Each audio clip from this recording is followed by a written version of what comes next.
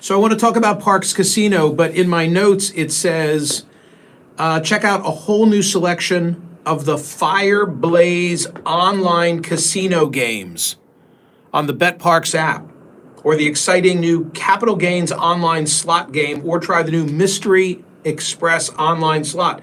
But I hadn't tried Fire Blaze, so I just downloaded it.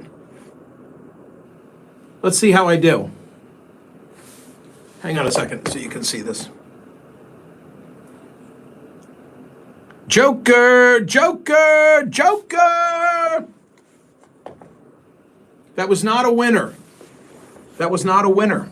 That's pretty cool, isn't it? Wait a minute, did you just see what's in my kitty? $272. Parx Casino, hello. This is how you win. All the excitement and entertainment from the casino right at your fingertips. Safe and simple and easy to use. Well, you just saw me use it, right? I like the Rocky slot game. And I have turned off the bells and whistles, but it's a lot of fun with the bells and whistles. But I was playing it in a public setting the other day, so I had to turn it off. Daily promotions, live dealers, new games just about every week. BetParx, the only app that I use and recommend. Hundreds of hot slots and table games. All your favorite casino games. You can bet on all your favorite sports, golf, MMA. I didn't get to see Rough and Rowdy last night because it was a Friday night and it's a school night for me. Baseball, basketball, hockey, odds and slots and bets and games. And for new users, there's a special deal that's for new users only. See the website at betparx.com, betparx.com. You got to be 21 and in Pennsylvania, New Jersey, Ohio, or Maryland. Gambling problem, call 1-800-GAMBLER. So a little back of the house in terms of how the sausage gets made. I was doing my read-in this morning and, getting the links ready for the newsletter. I had selected many of the links last night. I put them into a spreadsheet. Our weekend warrior is Austin McCain. Hello, Austin, and thank you, Austin. And then when I get up very early on a Saturday morning, frankly, 7 days a week, I then do another read-in just to see if the news cycle has changed and what's going on. And always there is something that is either new or I missed the night before. And this story will be in today's newsletter. USC, do you see this? USC cancels appearance by director John, how do you think that's pronounced? Shu or Chu? I don't know. I'll have to figure. He's the guy who did the movie Crazy Rich Asians. Wasn't that the title of it? Anyway, the bottom line is this.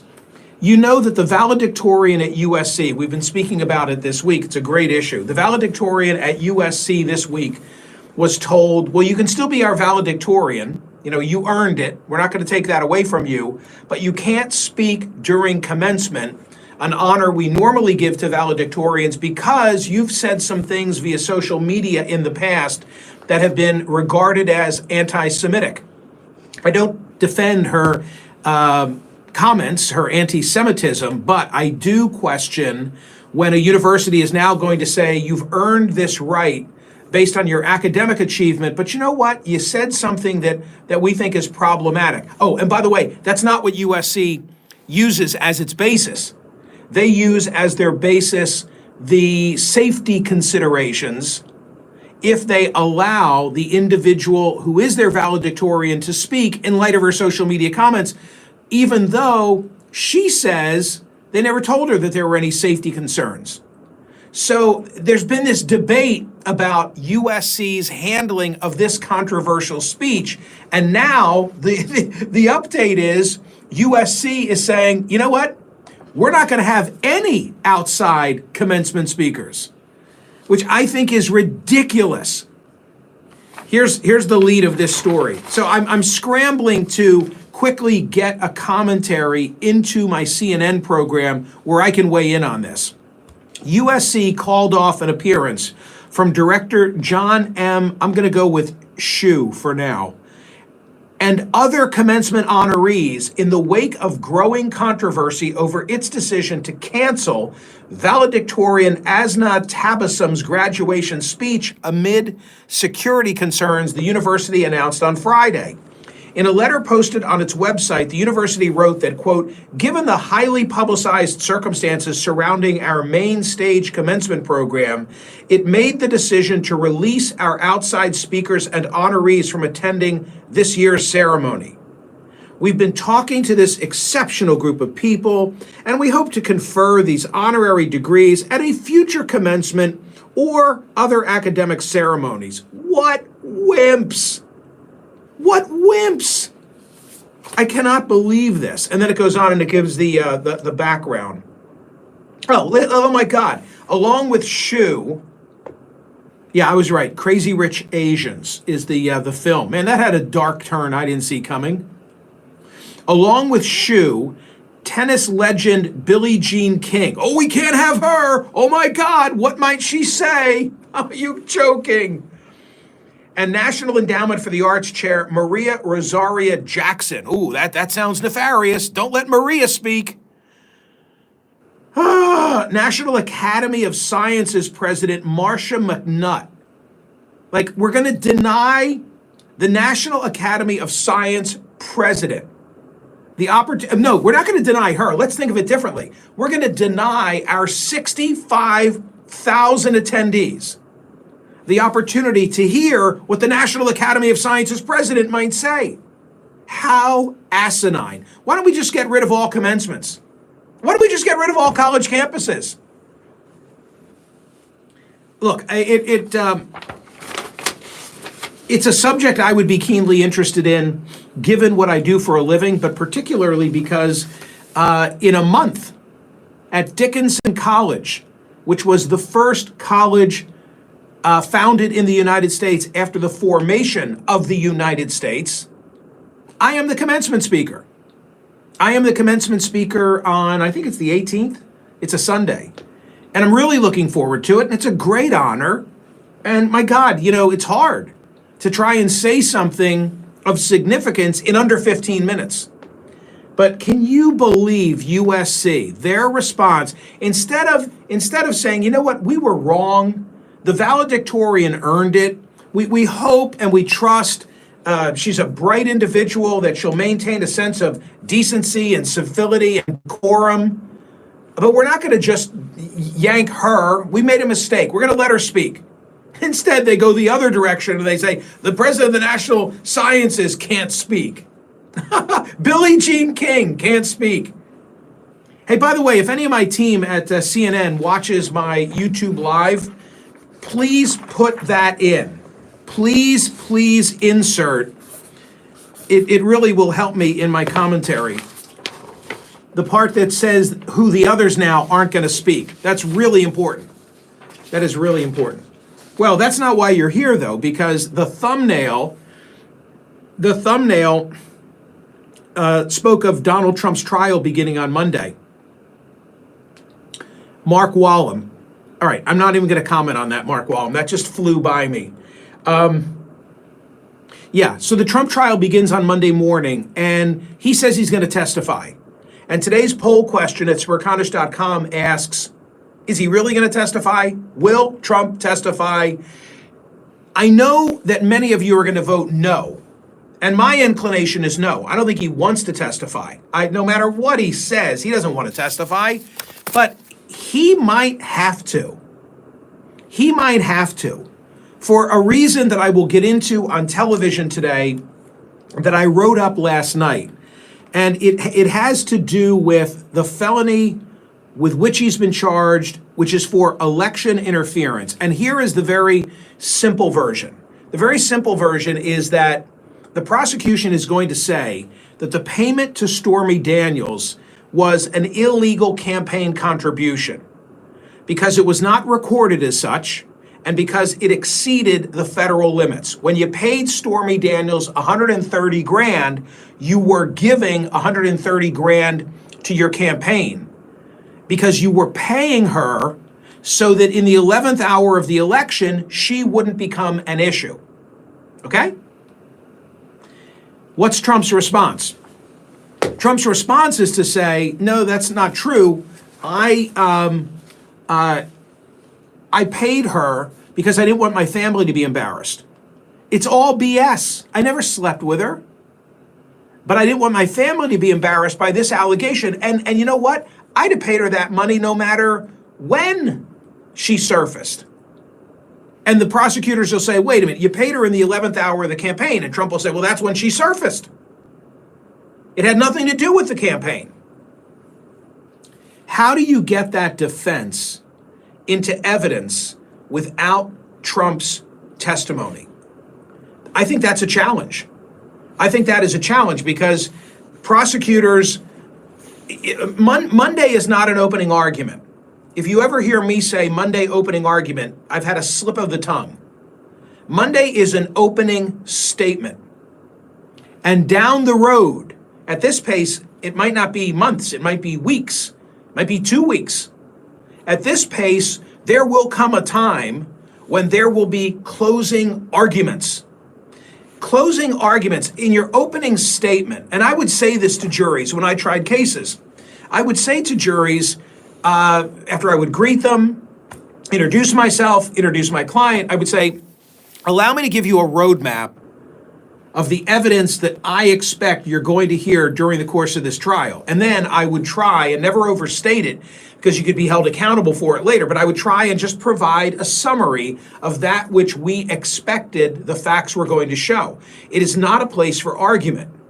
The place for argument comes at the end, but the argument is limited to the evidence that was presented. I mean, you can take some liberties, you can tell stories, you can persuade, but you can't assert facts. I mean, it's rare that you object to an opposing lawyer's closing statement or closing argument or their opening statement. You know, you object during the course of the trial, but you try and stay in your seat. But a grounds for objection of a closing argument is a closing argument that asserts facts that are not in evidence. So if Donald Trump says nothing, he doesn't testify, and his lawyer, without any basis, stands up in the closing and says, you know why he paid Stormy Daniels? He didn't want to embarrass Melania. He didn't want to embarrass Barron. That's grounds for an objection. Because no one and no evidence will have asserted that. So what's the answer? Well, I'm going to talk about a potential answer in my CNN commentary. It has to do with Michael Cohen. It's hard to add value where every media outlet is scrutinizing every aspect of this case. But this occurred to me yesterday. How is he going to get it in? How is he going to get it in if he doesn't testify himself? And that may force his hand.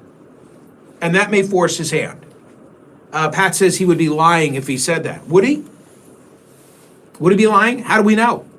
I mean, intent. Their intent. They've got to show intent.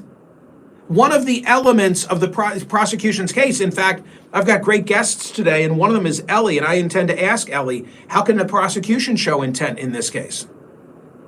So, Tom Rogers, he'll testify, and it'll be a shit show. Well, Tom, I don't know if he will, but if he does, then you will be correct.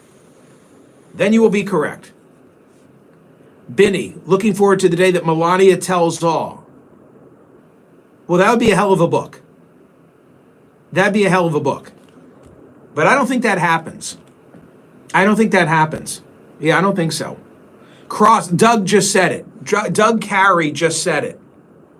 Doug, are you a lawyer? Doug just said the cross-examination of Michael Cohen is the way to do it. Right. Yeah. Yep, I agree. Do I have a stain on my tie? No. Lighting? Looks good to me. Right? Yeah, no. Ken, nice tie. Great. Okay, I like it. No, you're not a lawyer, Doug. Okay, you should be. The jurors should be protected, and the media. Did you say the media is not doing that? Too much was initially reported. Why don't we get to vote on the tie today? Why? Would you be voting no? Why would you be asking unless you don't like it? Christmas tie, is it? I thought it went well with my, I'm going with gray today, see? And I just like this combo. Man, you guys are rough.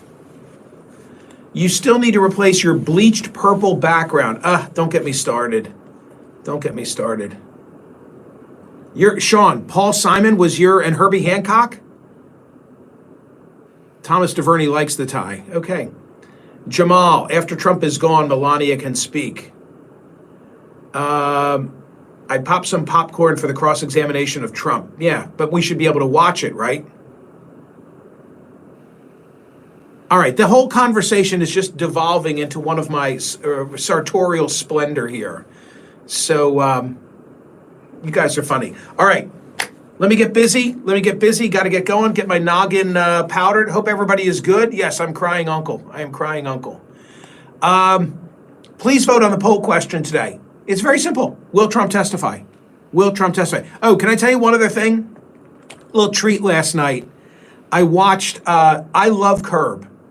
I love Curb. I love Larry David. I was a Seinfeld fan, but I love Curb.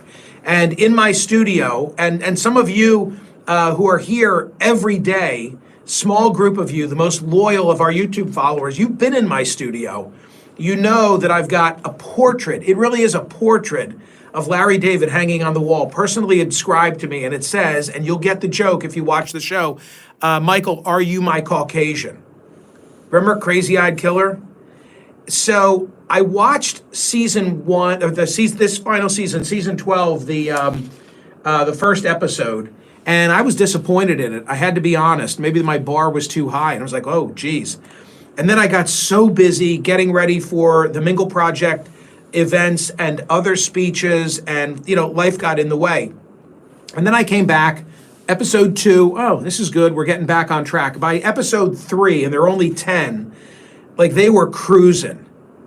And the last couple episodes of Curb of this final season, last night for me was one of those experiences. I'm like, oh, geez, I don't even want to start it because this is the final time that I will not know what's coming for Curb. And I loved it. I won't spoil it. And Richard Lewis, damn.